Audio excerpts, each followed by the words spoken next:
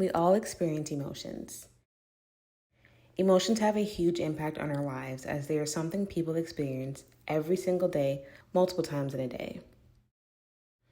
Emotions can seem to occur effortlessly to an individual, and there isn't much need to understand or pay much thought to them. The fact is, however, that if you don't pay attention or are mindful of your emotions, they can sometimes become difficult or overbearing. This can result in a negative impact on your mental health and life in general. So, what exactly are emotions?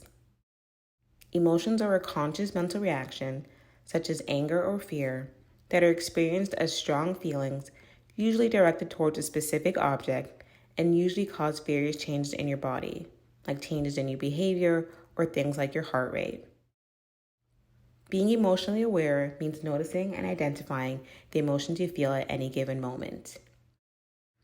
Being able to observe our emotions, even when they feel overwhelmingly powerful, creates a space in which we can think about what our values are and how we want to react to things. Our emotions can be hard to change, and usually you don't get to choose your emotions. This can be very frustrating, especially when those emotions are ones that don't make you feel good or happy about yourself. While you may not always be able to choose your emotions, you will be able to choose how you respond to them. The first step in managing your emotions is to understand and accept your emotions. Accepting emotions means noticing, identifying, and understanding your emotions without blaming others or judging yourself for how you feel. Acknowledging your feelings without letting them dictate how you handle or react to a situation is important. It is not always easy to manage your emotions. When you try to hold in your feelings or ignore them, it can make things worse. Even if holding it in makes you feel better for a little bit, you will still have those feelings inside. Holding it in can sometimes cause negative side effects, such as getting a stomachache, headaches, or difficulty concentrating. There are other examples of how we might not manage our emotions in a healthy way. These include the following. Number 1, denial. Refusing to accept that anything is wrong or that help may be needed in appropriately managing your emotions. Number 2, withdrawing. Not wanting to be around or participating in activities with other people. Number 3, bullying. People typically take part in bullying behavior because they don't feel good about themselves, and making someone else feel bad makes them feel better about themselves or feel less alone. It is harmful to both the bully and the person being bullied and does not address the underlying issues. Number 4, self-harm. This can take many forms and can include dangerous behaviors. Many people self-harm because they feel like it gives them control over emotional pain. While self-harming may bring temporary relief, these behaviors can be very problematic and can lead people to be more out of control and in greater pain than ever. Number 5, substance use. Using alcohol and other drugs to make yourself feel better or numb about painful situations. Alcohol and drug use damages the brain, making it need higher amounts of substances to get the same effect.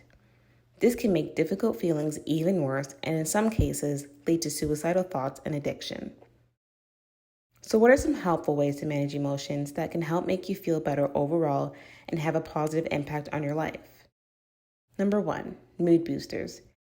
Do something that brings you enjoyment. This can be doing things such as watching TV, movies, playing with a pet, drawing, relaxation, and deep breathing.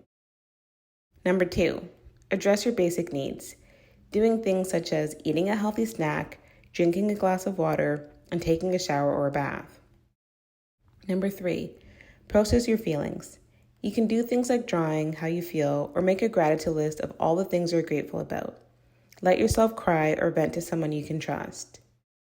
Number 4, problem solve. Make a list of solutions to the problem. Make a list of strengths and determine what steps you would take to start working towards the solution.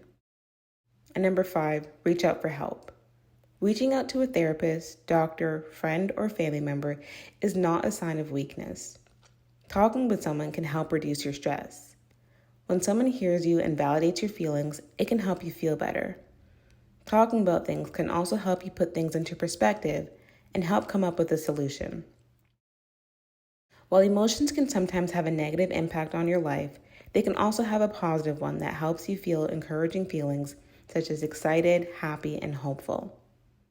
By managing your emotions in a constructive manner, it will help you feel more of those good emotions than harmful ones, which will improve your mindset, relationships, and behaviors.